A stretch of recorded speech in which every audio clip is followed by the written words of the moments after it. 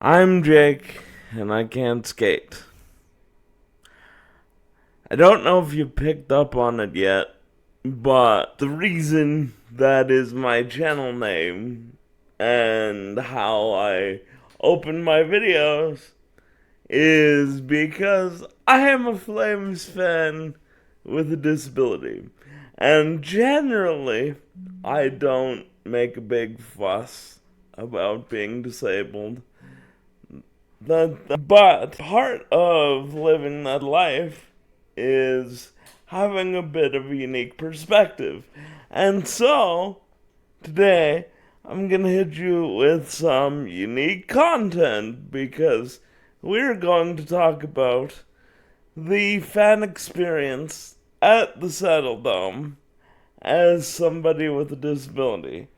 So, we're gonna start with how getting there is. As somebody with a disability, sometimes I'm taking the train to a game, especially because if you take wheelchair accessible transit, which we are lucky enough to have in Calgary, and it's reasonably reliable, you may have to leave a game early because so many wheelchair accessible transit vehicles are coming and going from the game that if you leave when the game is over, and I'm very much the guy that is like, never leave a game early, if you take Calgary Transit Access, which is the accessible transit in Calgary,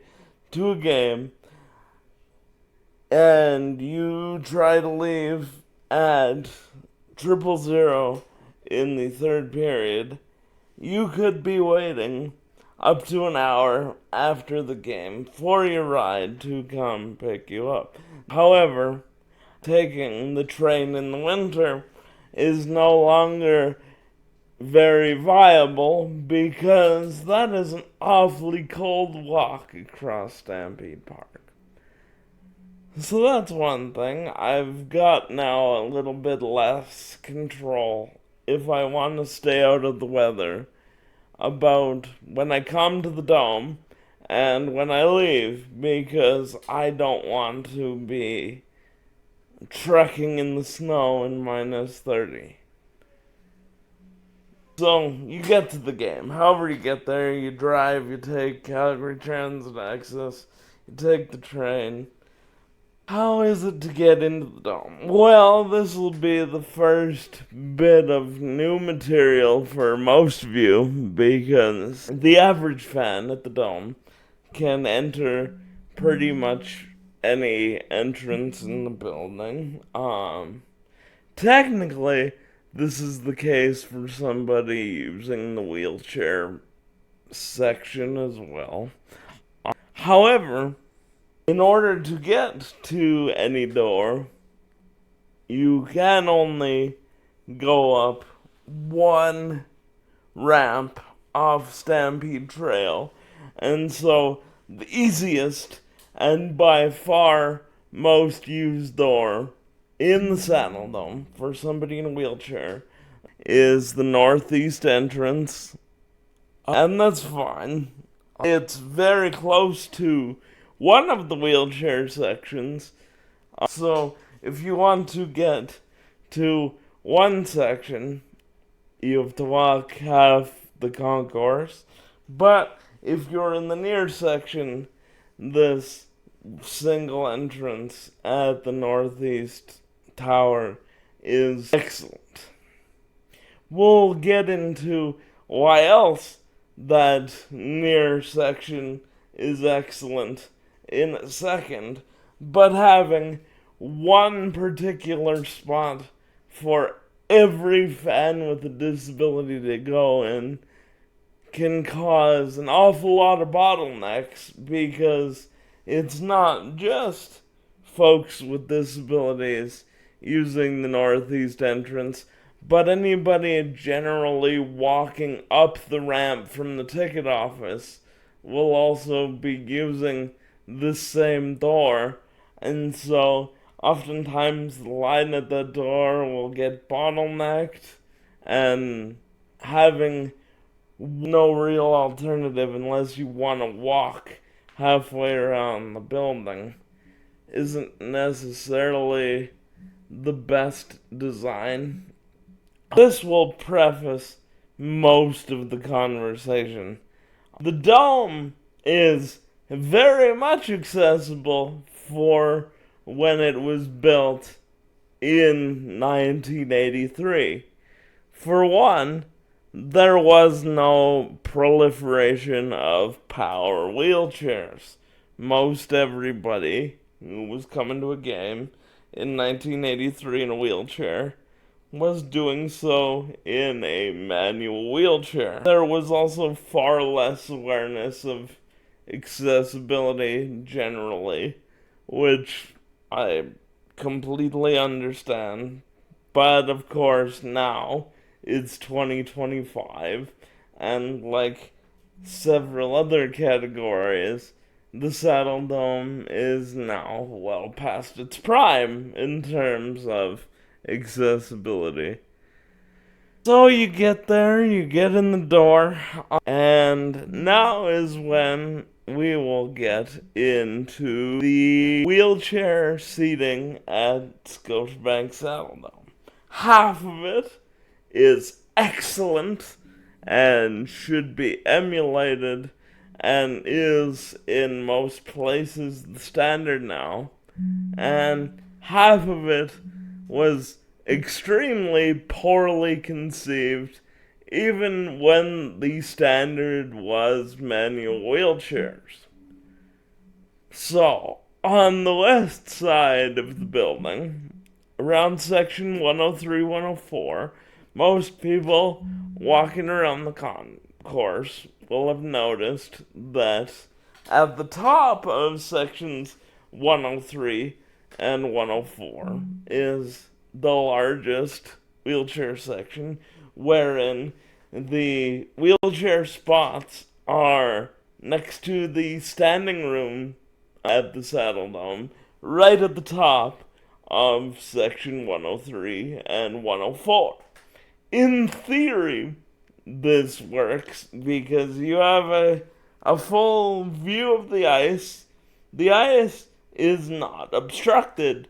When the building is empty, you have a perfect view of what you're looking at. Now, you may have picked up on the problem there because in most cases, the building is not going to be empty. In which case, that unobstructed view is now going to be obstructed whenever anybody is coming back to their seat, getting out of their seat, standing up and cheering as you're wont to do at a sporting event or a concert. You can no longer see the ice in any of these circumstances, and that's because the wheelchair section is built level with the seating bowl, meaning anytime somebody stands up, all you're getting a view of is people's backs and heads. Now, this could be mitigated, of course, and I imagine was when most people were in shorter manual wheelchairs, by having at least a view of the Jumbotron over everybody's head.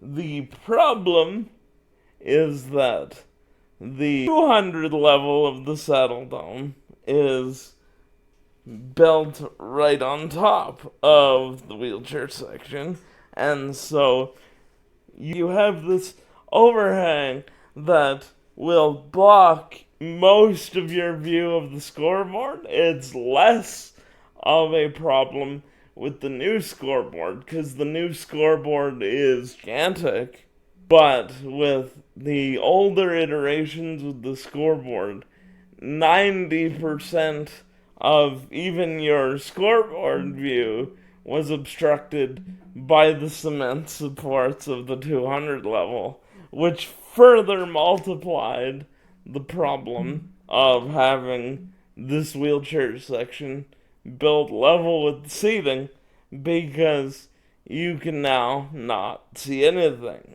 As an example of this,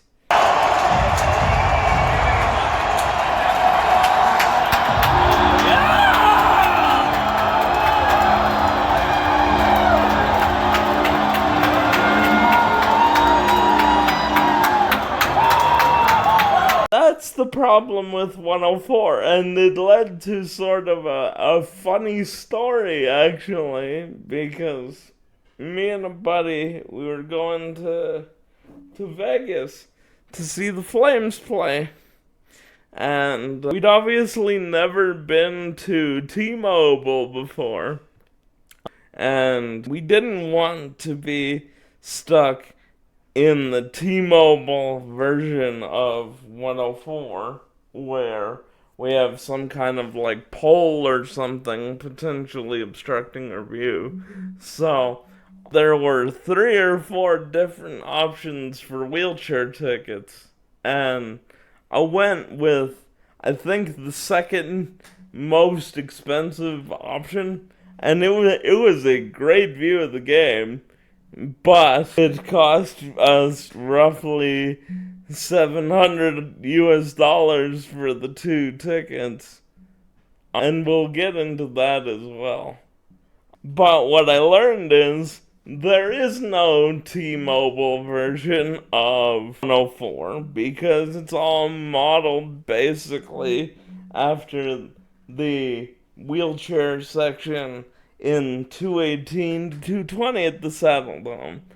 This is where everybody with a disability wants to sit. You are not only in the attack end, which is already premium, but you are at the very start of section 218 through 220, and as such, you're slightly angled above the crowd, so you have a great view of the ice generally, and your view, for the most part, unless you've somebody really tall in front of you in the section, is wholly unobscured. And I love sitting here. This is, as soon as I got the chance with my season tickets, this is where I moved. If you had your choice of spots between this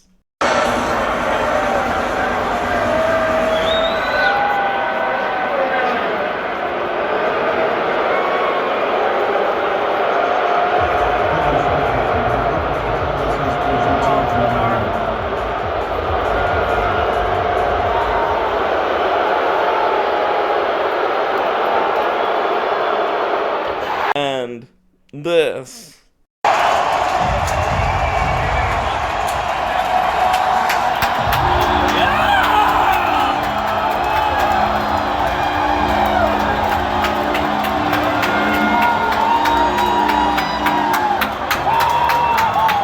I know which one 99% of people are picking. The other thing is, well, we're on the topic of seats, that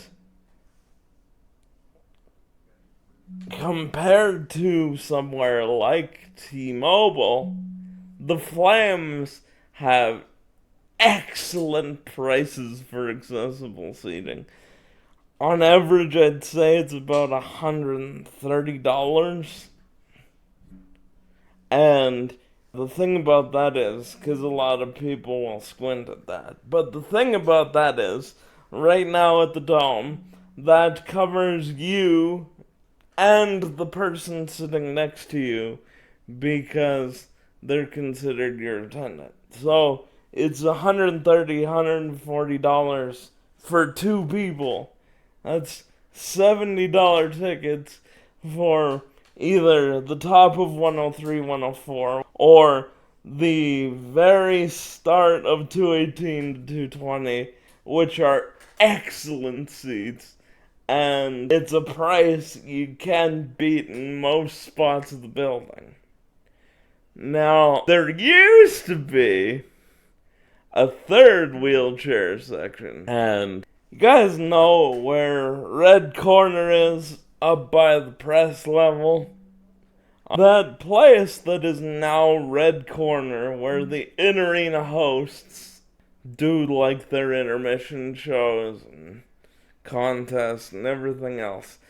Red Corner used to be a third wheelchair section, and the disabled community of the fandom was very unimpressed when Red Corner came into existence, because those roughly press level wheelchair seats were actually great seats, and they were even more integrated with the crowd than the ones in the 200 level, and just making it so that fewer of us can go, so you have a home base for the in-arena hosts. I understand the logic, but it's a little bit callous. There used to be, with the Red Corner seats, about 100 wheelchair seats. They've also mushed some together, so the spaces are bigger to accommodate power wheelchairs. So I'd say we've dropped from roughly 100 to probably about 60, which is significant. I'm hoping Scotia Place goes back to at least 100, and that we can fully agree that the Section 104 wheelchair seats are not the model, and that all of the wheelchair sections are modeled after 218 and the old press level wheelchair section.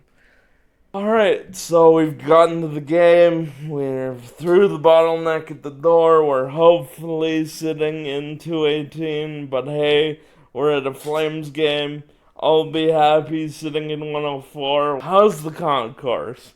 Well, the concourse stinks now for able-bodied people. You can imagine that somebody like me has wanted to put a cattle prod or a snowplow on the front of their wheelchair for years. Not just because the concourse at the Saddledome, being a single concourse, is ridiculously crowded, and so getting to any of the food vendors is a chore unless you go in the middle of whatever event you're watching and miss some time. I mean, most people do that anyway to some degree, but if you try and go at intermission, you're gonna be late for the next period. You just are, because you're having to shove through the multitudes, and most people are gonna be gracious about it. I love 99% of you. Everybody's stuck. So, the concourse and getting food and drinks has never been accessible, and will never be accessible at the Saddledome. That is the one thing I can say definitively was not designed at all with that in mind. That and the washrooms. There is no accessible washroom at the Saddledome. You will have the one widened stall, as you will in most places, but that widened stall is not wide enough, and in most modern buildings, there is, in fact, a dedicated, accessible washroom, one does not exist at the Saddledome. One trick I've recently learned is that essentially the medical station functions to a degree as an accessible washroom, assuming they're not dealing with some sort of emergency. The paramedics will kindly and graciously allow you to use the washroom in there, which will generally have no line because it's the medical station. But they don't have to. They've got more important things to do. There just happens to be a washroom at the medical station. And to contrast this, at McMahon Stadium, we have the greatest accessible washroom setup in the history of accessible fandom, and that is 2 dedicated accessible washrooms on each side of the field, all 4 of which are guarded by ushers to ensure that only fans with disabilities use the accessible washroom, and they're truly accessible. They are great bathrooms. McMahon Stadium is the model for accessible washrooms at events in Calgary.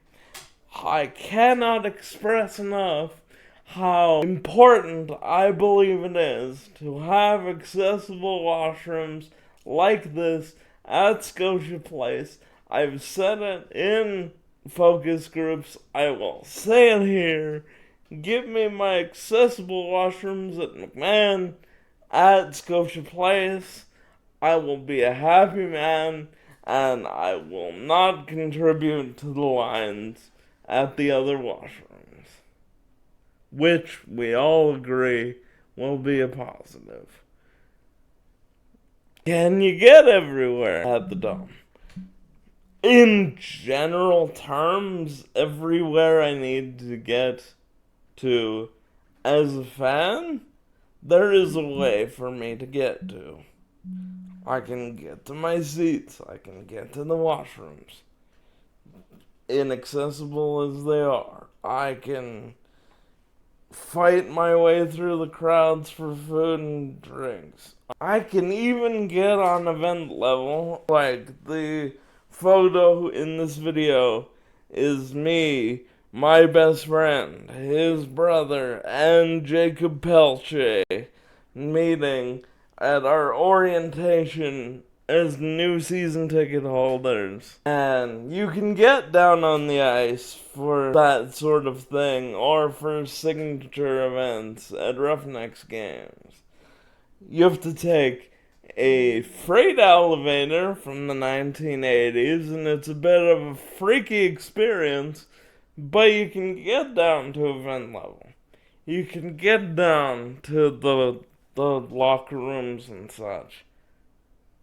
And you can get to a lot of the employee areas. Surely you'll have met some ushers with disabilities. I'm good friends with a couple of them. But there are barriers. I was told this summer I could not go on the Saddledome tours everybody is hyping up with Rick Tulsi, because I could not get to the press areas of the Saddledome.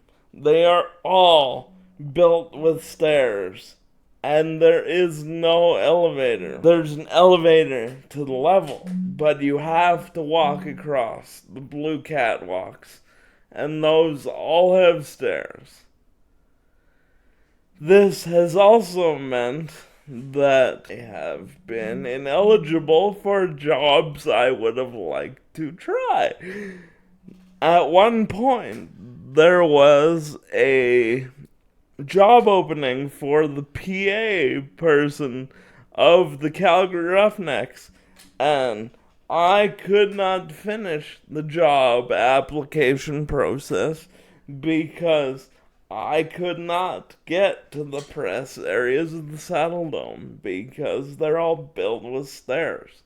So, if we're truly gonna be a completely barrier-free building, I would like not to just be able to get everywhere I need to go as a fan, but everywhere I could possibly need to go as an employee, as a journalist. Let me get to all of the press areas as well.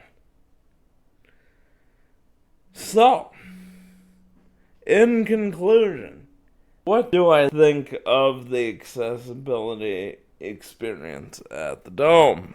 I think it's good. I think with the constraints of the building, such as they are, the staff is extremely accommodating. If you need something, they'll help you. If you are having trouble getting somewhere, they're gonna do everything they can to make that happen. The paramedics at the medical station will let you occasionally use the medical station as an accessible washroom. I think the prices, such as they are reasonable compared to not only other tickets at the Dome, but other cities I've been to watch a game. I can get pretty much everywhere as a fan. There needs to be a push for an accessible washroom. The seats in 103 and 104 aren't adequate anymore, and I would argue probably were less than ideal even in the 80s. Taking away seats to build Red Corner was not my favorite decision in the world. Let me get in all the doors in the building, not just one ramp.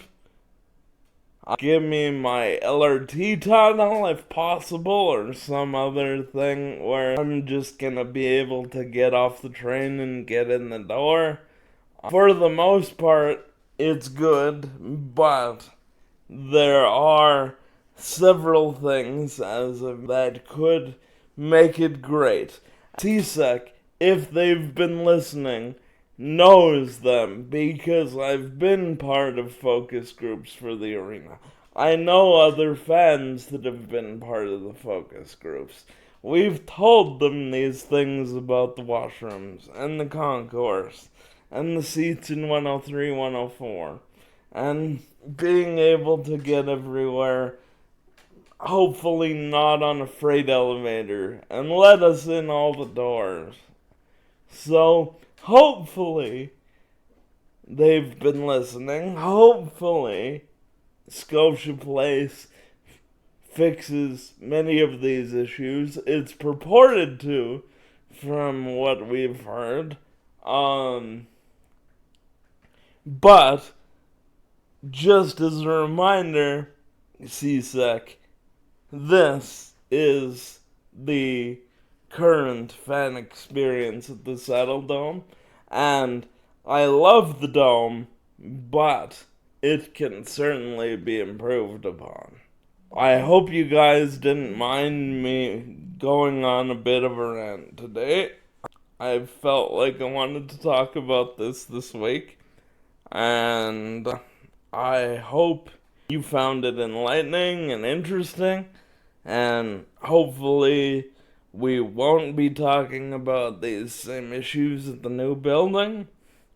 Hopefully I'll have nothing but praise for the accessibility we're going to see. I am a die-hard fan, and I love going to games, and I want my experience to be the best that it possibly can be. Thank you. And, as always, go Flames.